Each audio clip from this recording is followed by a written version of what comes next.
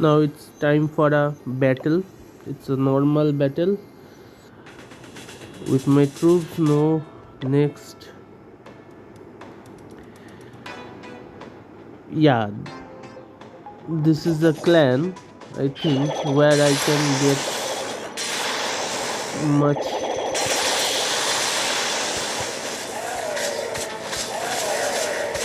precision loot also. So here is the point beside the town hall, so I have to directly attack here. Warden, my warden have a special power of healing that helps me to break down the town hall and other defense systems.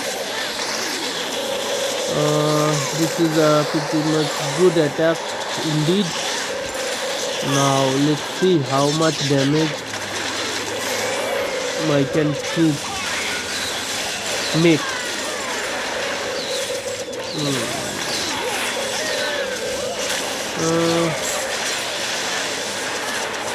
I am very hopeful